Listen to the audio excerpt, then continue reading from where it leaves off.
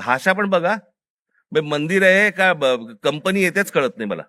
त्यामुळे दरवर्षी सुमारे 18 कोटी रुपयांचे मंदिराचे नुकसान होत होते. याचे धागेदोरे वरिष्ठ पातळीवर आहेत असा आमचा ठाम संशय आहे. हे सगळं म्हणजे 18 कोटी रुपये दर वर्षाचे सिद्धिविनायक मंदिरामधनं चोरी होतीये.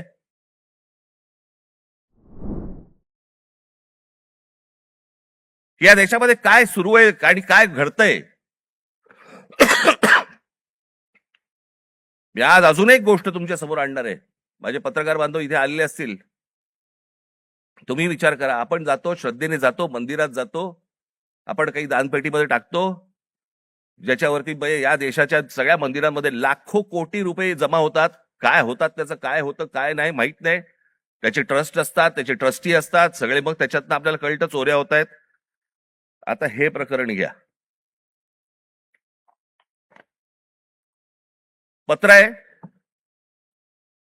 प्रति माननीय श्री एकनाथ शिंदे साहेब, उपमुख्यमंत्री महाराष्ट्र राज्य. विषय सिद्धिविनायक मंदिर न्यास मधील दानपेटीतील चोरीबाबत वरिष्ठ पातळीवरती चौकशी करण्याबाबत. जिथे आपण श्रद्धेने जातो, जिथे दानपेटीमध्ये आपल्याकडे भाविक जातात आणि पैसे टाकतात,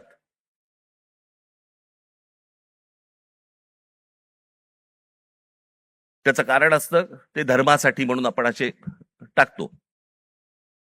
महोदय, आम्ही स्वाक्षरी करणारे सर्व सिद्धिविनायक न्यास मंदिर प्रभादेवी मुंबई येथील विश्वस्त आहोत.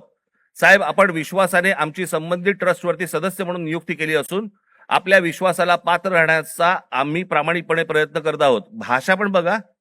मंदिर आहे का कंपनी येतेच कळत नाही मला.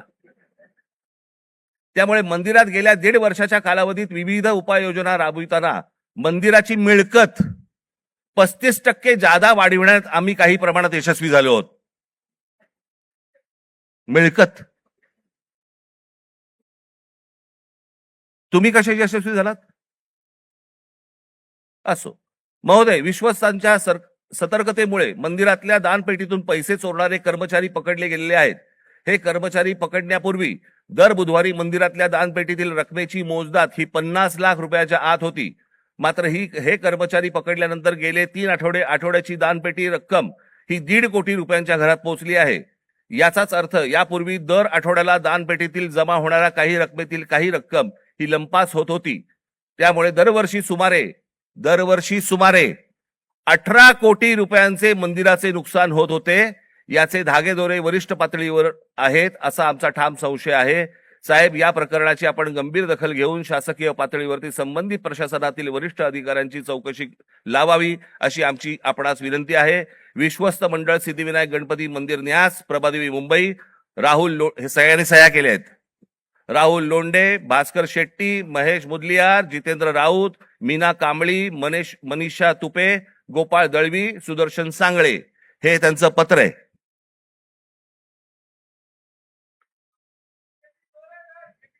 हे सगळं म्हणजे 18 कोटी रुपये दर वर्षाचे सिद्धिविनायक मंदिरामधनं चोरी होतीये.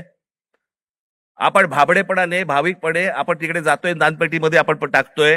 हे असल्या चोऱ्या होत आहेत. ही माणसं सगळी मंदिरं लुटतायत. हाच तो तरुण, हेच ते विद्यार्थी परीक्षांच्या वेळेला नोकरीसाठी मंदिरामध्ये जातायत, पायऱ्या झिजवतायत, सांगतायत देवाला मला नोकरी मिळू देत, आणि त्याच मंदिरामध्ये चोऱ्या होत आहेत. तिकडचेच विश्वस्त चोऱ्या करतायत. तिकडचीच माणसं चोऱ्या करतायत. हा आमचा धर्म, ही आमची धर्माची मंदिरं. सरकारवरती विश्वास ठेवता येत नाही म्हणून मंदिरात जावं, तर मंदिरावरती विश्वास ठेवता येत नाही. ही जर समजा देशाची परिस्थिती असेल, होईल काय? रस्त्यावरतीच उद्रेक होईल.